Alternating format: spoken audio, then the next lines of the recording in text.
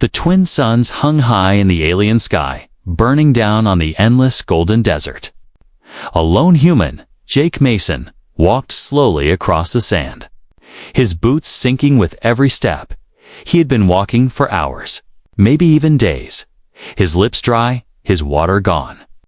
His ship had crashed on this strange planet after a sudden storm knocked him off course.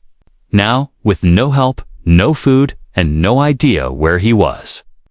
He was just trying to survive. The wind blew softly. Lifting fine dust into the air, Jake looked ahead and saw nothing but dunes. He sighed and kept walking, his body tired but his mind alert. Then something caught his eye, a shape in the sand, small and still. Not a rock, not an animal. He stopped, squinted, and took a step closer. It was a hand, pale and glowing faintly, reaching out from under the sand. Jake rushed forward, his heart pounding. He dropped to his knees and began digging. Sand flew in every direction as he uncovered more of the body. It was a girl, not human, with light purple skin and silver hair. Her face was soft, her eyes closed. Her breathing slow and shallow. She looked young. Maybe his age, maybe younger. Jake didn't know who she was or how she got there. But he knew one thing: she was alive, without thinking. He took off his jacket and wrapped it around her. He lifted her gently and carried her to a small patch of shade behind a tall rock. The heat was strong, but the rock gave them some cover. He poured the last drop of water from his bottle onto her lips. She moved a little, then went still again. Jake checked her pulse, was weak, but steady. "Who are you?" he whispered, looking at her strange but peaceful face. She didn't answer. Jake leaned against the rock, holding her close. His mind was full of questions, but there was no time for answers. Suddenly, the ground trembled. Just a little, like a warning. Jake looked up, and his eyes widened. 3 large shadows moved across the sky. Circling above the desert, dark-winged creatures, like giant birds with long tails and glowing red eyes. They screeched loudly, a sound that made the air shake. Jake held the girl tighter, his body tense. He could tell they were looking for her. He stayed quiet, trying not to move, hoping they would pass. But one of the creatures suddenly dived down. Heading straight for them, Jake stood up fast and ran. Carrying the girl in his arms, the desert stretched far. But he spotted a crack in the rocks not far away. A cave, small but dark, maybe a place to hide. He ran toward it, sand flying beneath his feet. The creature right behind him at the last moment. He slid into the cave and pressed against the wall. The creature flew past, screeching in anger. Jake caught his breath, his heart beating fast. The girl stirred in his arms, her eyes fluttering open. Her eyes were deep blue, glowing softly like stars. She looked at Jake for a moment. Confused, afraid, then she whispered one word. Her voice weak but clear. "Run." Jake froze. "What?" He whispered back, but she had already fainted again. Outside, the screeches grew louder, and more shadows appeared in the sky. Whatever was hunting her, it wasn't done yet. Jake looked down at her face, then at the mouth of the cave. He could leave her, save himself. But something inside him said no. He had pulled her from the sand. And now she was his responsibility. Jake tightened his grip and whispered, "Don't worry. I've got you." Then he moved deeper into the cave, not knowing what dangers waited inside. But one thing was clear: this was no normal rescue. This was the start of something much bigger. The cave was cold and dark. A sharp change from the burning desert outside. Jake held the alien girl tightly, his eyes searching the shadows behind him. The screeches of the flying beasts still echoed in the sky, their wings flapped like thunder. Their cries full of anger. They knew where she was, and they weren't giving up. He moved deeper into the cave, each step slow and careful. The light from outside faded quickly, replaced by the soft blue glow coming from the girl's skin. She was still unconscious, her breathing faint. Jake had no idea what was chasing them, or why. But he knew one thing: this girl was important, and someone wanted her gone. The cave tunnel opened into a wide chamber with strange markings on the walls. Symbols glowed in soft blue and purple light. Pulsing like a heartbeat, Jake had never seen anything like it. It felt ancient, powerful, like the place itself was alive. He laid the girl gently on the stone floor and looked around. Suddenly, a deep rumble echoed through the cave. The ground shook slightly, and one of the walls began to move. A hidden door slid open, revealing a narrow tunnel. At the same time, a soft voice spoke, not from a person, but from the walls.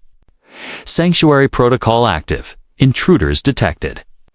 Safety route opening. Jake blinked, surprised. Who said that?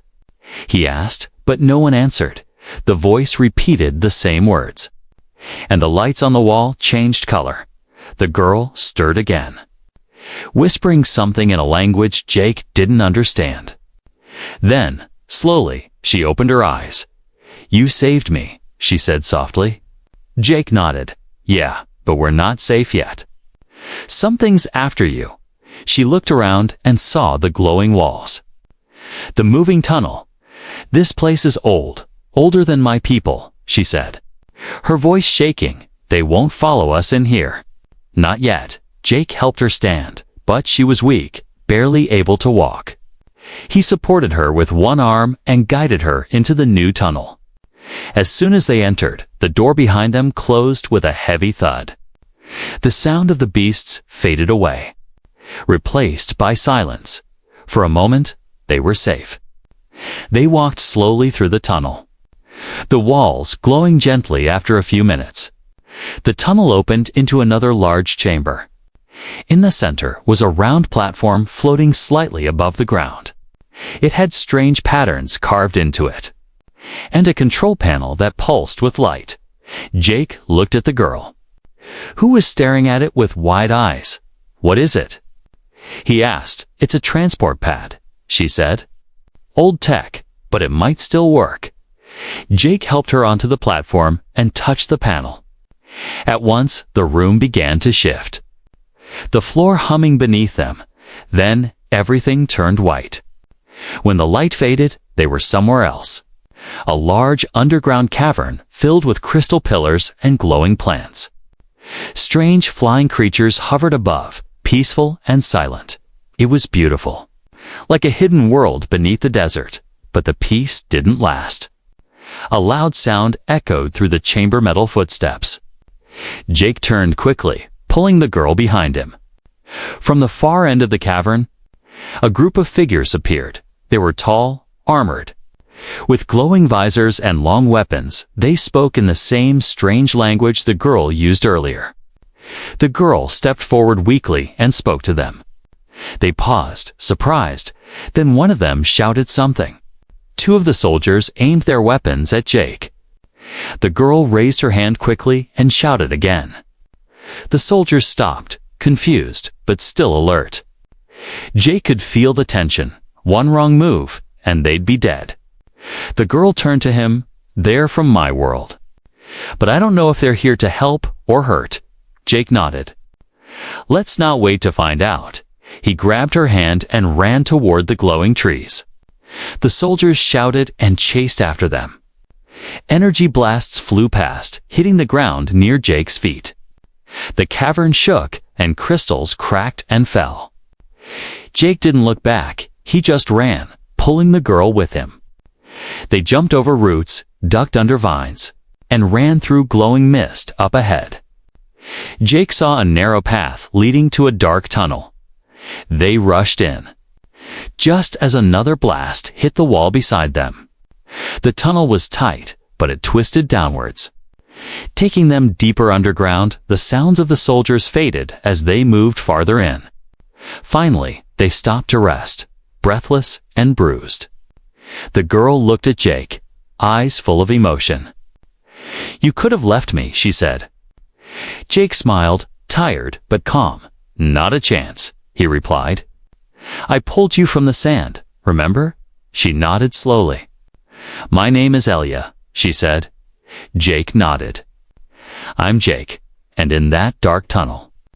Far from the surface, something changed. They were no longer strangers. They were survivors. And they had just begun their journey together. The tunnel was silent except for the slow sound of breathing. Jake and Elia sat on the cool stone floor. Both tired and bruised, the air was damp, heavy with the scent of minerals and something older. Elia leaned against the wall, her eyes half closed. Jake checked his shoulder, where a piece of flying crystal had scratched him during their escape. It wasn't deep, but it burned. After a few minutes of quiet, Elia opened her eyes fully. "This cave is not natural," she whispered. Jake looked around, noticing the walls again smooth, perfectly shaped, almost like metal covered in stone. Thin lines glowed softly beneath the surface, like veins running through the rock. He had noticed them earlier. But now they seemed brighter, responding to something. Maybe to Elia, maybe to both of them. "I think we triggered something," Jake said. His voice low. Elia nodded, her face pale. "This is ancient tech, from the time before my people came here," she said. Jake raised an eyebrow. "There were others before you." Elia gave a slow, sad nod. "Yes, the first ones. We don't know much about them. Only that they were powerful and left things behind, hidden." Waiting, Jake stood and walked slowly down the tunnel, his fingers brushing the glowing lines. The light followed his touch, pulsing gently. "This place feels alive," he said. Suddenly, the ground trembled, not hard, but enough to feel it in his feet. A wall ahead slid open, revealing a new room, round and massive. With a ceiling full of stars, Jake stepped inside, eyes wide with awe. The stars above were not real, but a moving map of the galaxy, rotating slowly in the air. In the center of the room stood a tall pillar with strange symbols floating around it. Elia followed him in, her breath catching in her throat. "This is a memory core," she whispered. "It stores knowledge. Maybe even answers." Jake walked up to the pillar, and as he touched it, a bright light flashed. Suddenly, images appeared in the air, tall beings with glowing skin, cities floating in the sky, and machines that shaped mountains. Voices echoed in a strange language.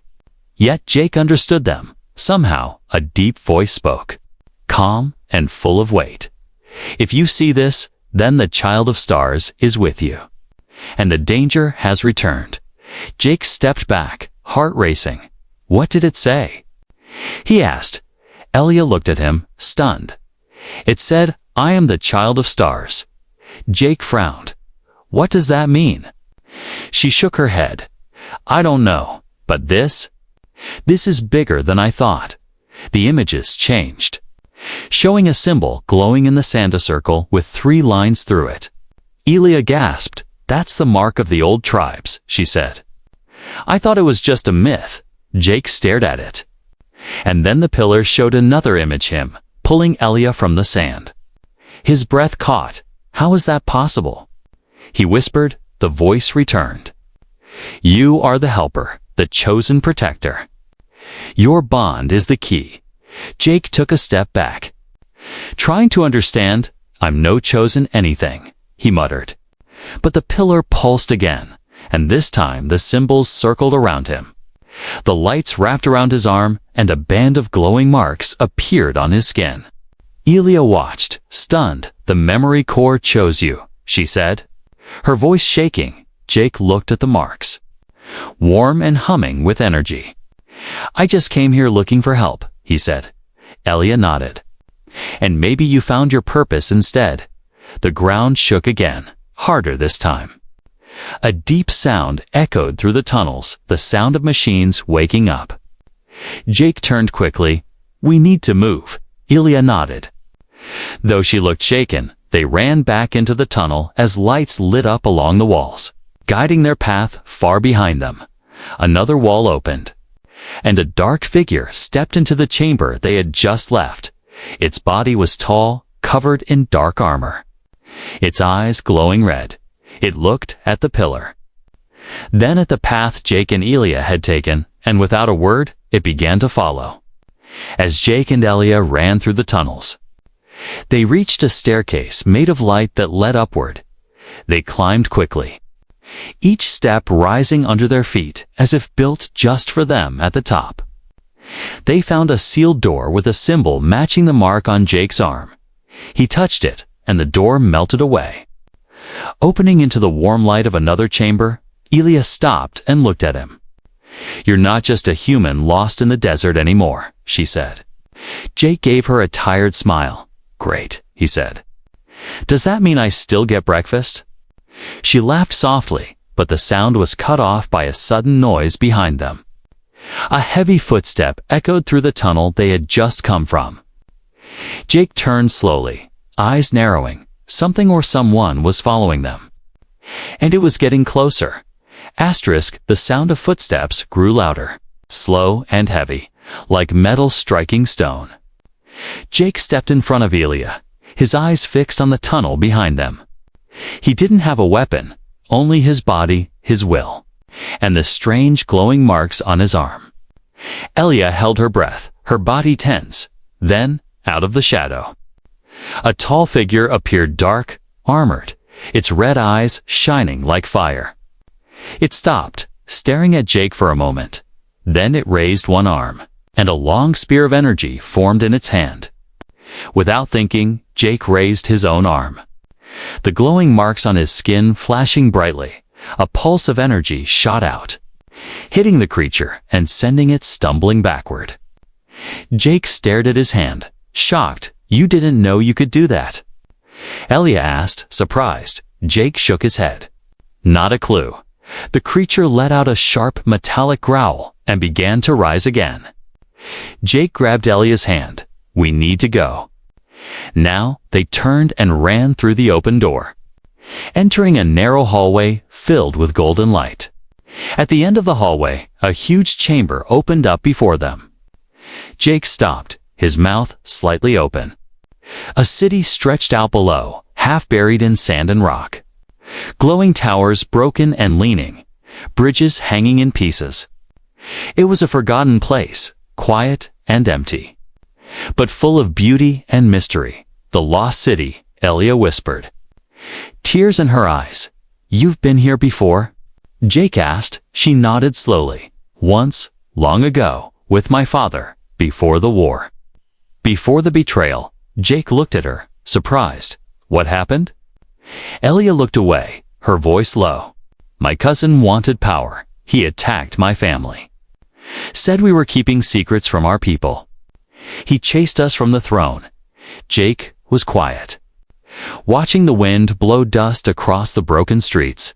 Then he asked, "What kind of secrets?" Elia hesitated, then pointed to a large tower at the center of the city. "That tower holds a power core, a piece of ancient energy it can protect or destroy, depending on who controls it." Jake raised an eyebrow. "Let me guess, your cousin wants to destroy." Elia nodded. "He wants to rewrite everything, even history." Jake looked at the tower, then at her. "Then we better get there before he does."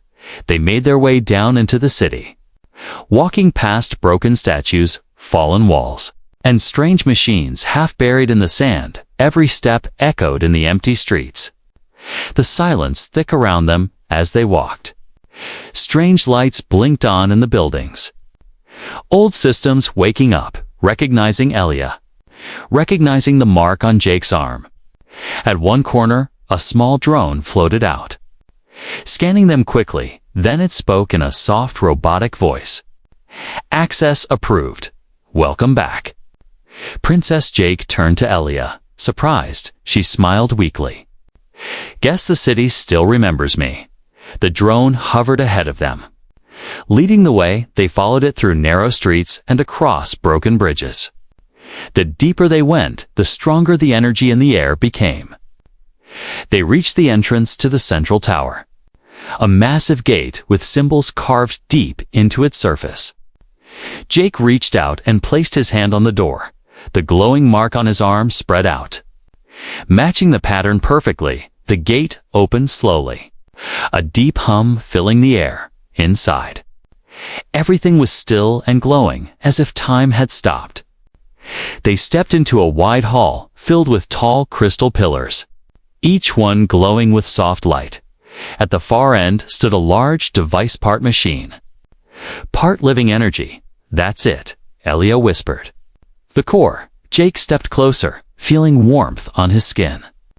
But before they could move any further, a voice echoed across the room. Well, well, little cousin. Still chasing ghosts. Jake turned quickly. His muscles tensing, a tall alien man stepped from the shadows. Dressed in royal armor, dark and sharp. His face was cold, his eyes full of pride and cruelty. Elia stepped forward, her fists clenched. Corin, she said bitterly. Her cousin smiled. You should have stayed buried in the sand. Jake moved beside her. You're not getting this core, Corin laughed. I already have what I need, he said. Snapping his fingers from behind him, soldiers appeared. Their weapons aimed at Jake and Elia. The core pulsed with power, reacting to the tension. Elia whispered Jake, if we can reach the center, we might activate the shield. Jake looked at her. Then at the soldiers, I'll buy you time, he said. No, she replied. We do this together. As the soldiers moved in, the core began to spin, lights swirling around it. Jake and Elia stood back to back, ready for whatever came next, and above them, the city began to wake fully. Lights lit up across the towers, and old machines stirred beneath the ground. The lost city was not so lost anymore, and its protectors had returned. The ancient tower shook as energy surged through its crystal walls. Jake and Elia stood back to back, surrounded by Corin soldiers. The core behind them pulsed with power, throwing light across the floor like waves. Elia's hand reached for the control panel, her fingers trembling, but before she could touch it, a blast struck the ground in front of them. Corin stepped forward, his voice cold. You think the core will save you? You're too late, Jake clenched his fists. Ready to fight, he had no weapon, but he had courage. And the strange power that now lived in his arm, Elia whispered quickly. There's another way, deeper inside the city. A hidden path to the Heart Tower. Jake nodded. Then we need to move. She reached into her cloak and threw a small sphere to the ground. Smoke exploded, thick and bright, covering everything they ran, ducking behind pillars as the soldiers fired blindly through the fog. Jake led Elia through a side door that opened only when he touched it. The mark on his arm glowed again, stronger than before, as the door closed behind them. Jake looked at her, breathless. You okay? She nodded, though her eyes were wide. I didn't know he'd come so soon, she said. He must have followed us since the desert. They moved quickly through the dark tunnels beneath the city. Old signs pointed in strange directions, written in a language only Elia could read. This way, she said, leading him through twisting paths until they reached a sealed gate. On it was a symbol Jake had seen before in the memory chamber. 3 lines through a circle, glowing faintly. Jake touched it, and the gate opened with a deep rumble. Cold air rushed out from the other side, thick with dust and ancient power. They stepped into a round chamber with a spiral staircase climbing high above the Heart Tower. Elia whispered, No one has entered here in 100 years. The walls were covered in crystal veins, some broken, others still glowing as they climbed the stairs. The tower hummed quietly, as if waking from sleep. Jake glanced out of a window and saw the city below. Towers lit up one by one, machines rising from the sand like sleeping giants.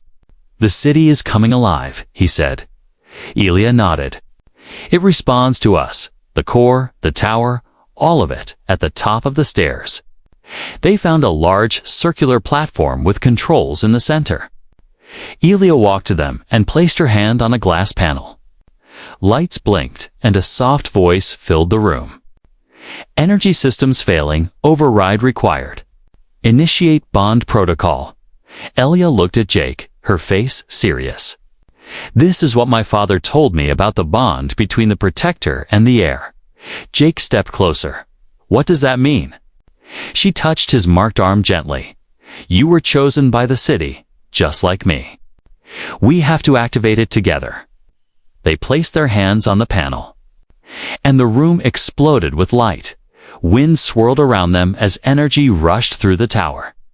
Visions flashed through Jake's mind battles history, old kings and queens, and a great war that once almost destroyed everything. Then, silence. The tower settled, and a shield formed around the entire city, shimmering in the sky above. Elia stepped back, breathing heavily. It worked, she said, smiling. We're safer now, but Jake wasn't smiling. He looked out the window again and saw Corin's army surrounding the city. Tanks, soldiers, flying machines, all waiting just outside the new shield. He came prepared, Jake said quietly. Elia joined him at the window, her smile fading.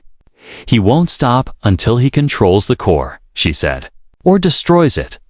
Jake looked down at his glowing arm. Then back at the army. Then we have to stop him first. Just then. A loud beep echoed through the tower. A small drone flew in and projected an image Corin. Standing at the edge of the shield, he stared directly into the camera. Smiling cruelly. You've bought yourself time. Little cousin, he said. But time runs out quickly. Make your choice. Surrender the city or watch it burn. The image faded.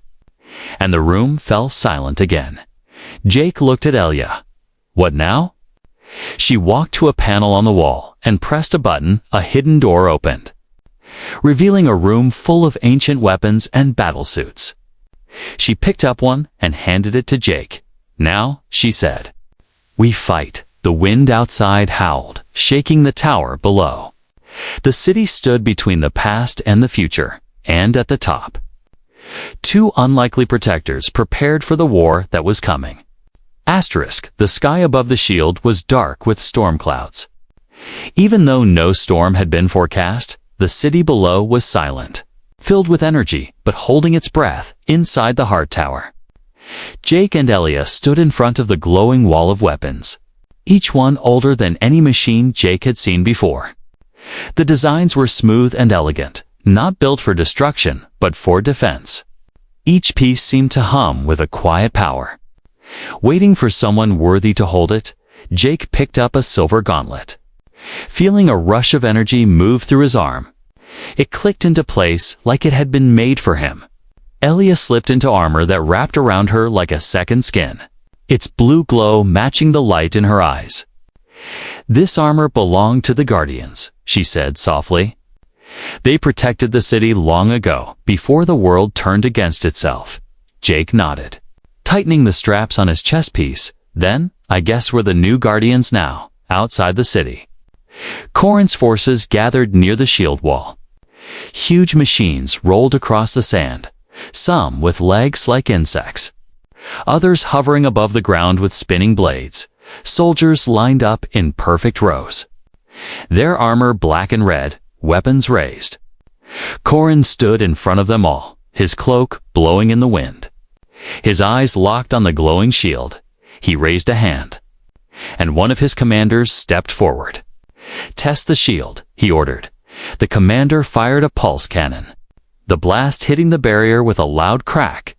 The shield held, but it flickered. Just for a second, Corin smiled. It's strong, but not perfect, he said.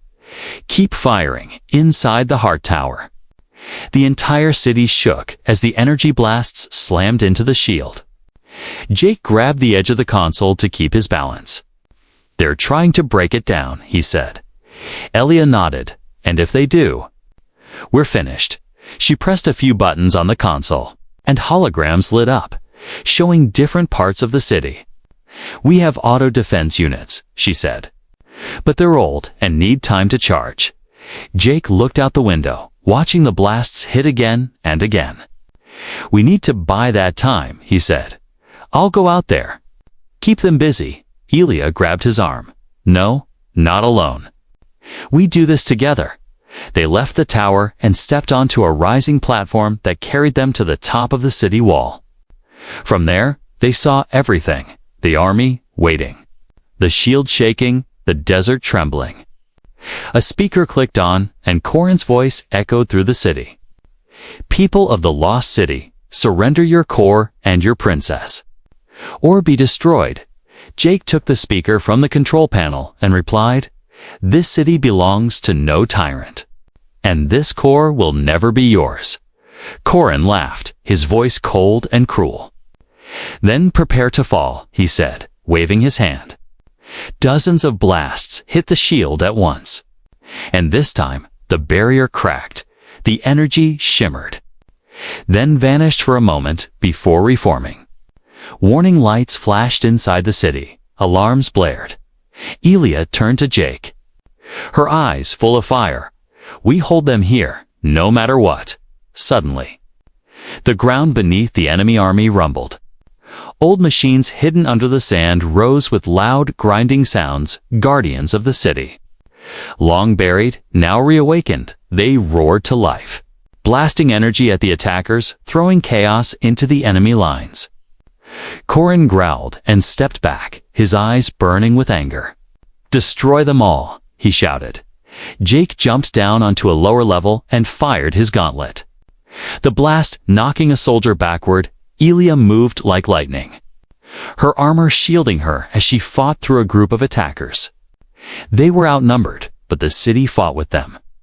Walls shifted, floors moved, traps triggered from ancient systems. It was as if the city itself had chosen to protect them. Corin forced his way through the chaos. Heading toward the tower, Jake saw him and ran to stop him, their paths colliding near the base of the tower. Corin raised his sword, but Jake blocked it with his gauntlet. The shock of the impact sent waves of energy into the ground. "You should have stayed on your broken ship." "Human?" Corin snarled. Jake gritted his teeth. "And you should have stayed in the past." Their fight was brutal. Energy against energy, blade against light. But Jake had something Corin didn't purpose: heart and the city's power running through him. With one final strike, he released the full force of the gauntlet, sending Corin crashing into a wall, unconscious. The soldiers saw their leader fall, and panic spread through their ranks. Elia raised her hand, and the city's system sent a signal, a message of peace or surrender. Some enemies dropped their weapons. Others fled into the desert. The battle was over. Jake stood beside Elia on the wall, his body aching but his spirit strong. "You did it," she said. "No," he replied. "We did it." The city glowed brighter now, like it had found its heartbeat again. But high above the clouds, in an unseen place beyond the sky, another force watched, and it did not smile. The battle was over, but the city was still waking up. From the highest towers to the deepest tunnels, lights flickered back to life. Machines that had slept for centuries hummed gently again. The shield above the city was stable now, glowing gold against the darkening sky. Jake stood on the great wall, looking out across the sand. Smoke rose in the distance where Corin's army had retreated, leaving behind only silence. Beside him, Elia stood tall, her armor cracked in places, her hair blown by the wind. She looked tired, but stronger than ever. "This city chose us," she said softly. It remembered. Jake turned to her and smiled. "I still don't know why it picked me. I'm just a guy who crashed in the wrong place." "No," she said, shaking her head, "you were in the right place, at the right time, because your heart was right." Later that day, the city's council gathered for the first time in many years. Elders, builders, warriors, and even children came to the center tower. They had all seen the battle, seen the shield rise. And the ancient machines return. They had seen a human stand beside their lost princess and defend their home. Many had thought Elia was dead. Others believed she had run away. But now they saw the truth, and it changed everything. Jake entered the hall quietly. Unsure of his place, he still felt like an outsider, even after all that had happened. But as he stepped forward, the crowd parted, and all eyes turned to him. Elia walked beside him, holding her head high. She stopped before the council and spoke clearly, her voice steady. "This man saved my life not once, but many times," she said. "He stood with me when no one else would. He faced danger for a people that were not his own. And he did it without asking for anything." She turned to Jake and smiled. "He is no longer just a visitor. He is one of us." The council was silent for a moment. Then one elder stepped forward. She wore a long cloak made of silver threads, her eyes full of wisdom. She looked at Jake for a long time, then nodded slowly. "The city chose him," she said, "and so do we." She raised her hand, and the crowd echoed her words. "One of us, one of us." Jake stood still, his chest heavy with emotion. He had been lost, alone in a strange world. Now he had found something he didn't know he was missing, a place to belong. Later, Elia led him to a quiet garden high in the tower. Flowers that glowed in the moonlight danced gently in the wind. Water trickled through small crystal streams, filling the space with peace. They sat together on a smooth stone bench, not speaking for a while. The stars above looked close enough to touch. "I don't know what comes next," Jake said finally. "Neither do I," Elia replied. "But we'll face it together." He looked at her and nodded. "I'm not going back to Earth, am I?" She smiled. "This is your home now, if you want it." He looked out at the shining city. The towers, the people, the peace, a home. Not just made of walls and roofs, but of bonds and trust. He reached into his pocket and pulled out a small stone, the one he had picked up the day he pulled her from the sand. He handed it to her. "Remember this?" he asked. She took it and laughed softly. "You kept it." "It reminded me," he said, "of how this all started." She held the stone tightly, then placed it on the bench between them. "And now," she said, "it reminds us of where we're going." Far beyond the desert, deep in the stars, something stirred. The battle for the city had been watched from afar by silent eyes. They had seen the shield rise, the core awaken, and the protector chosen. They had seen hope bloom in a place once buried in sand, and they were not pleased. A black ship drifted in the cold space between worlds. Inside it, a figure stood before a large screen showing the lost city in real time. The figure's voice was calm but sharp. "They survived," it said. "Prepare the others." The screen faded, and darkness returned, back in the city. Jake closed his eyes and breathed in the air of his new home. He didn't know what the future held, but he knew one thing: he was ready.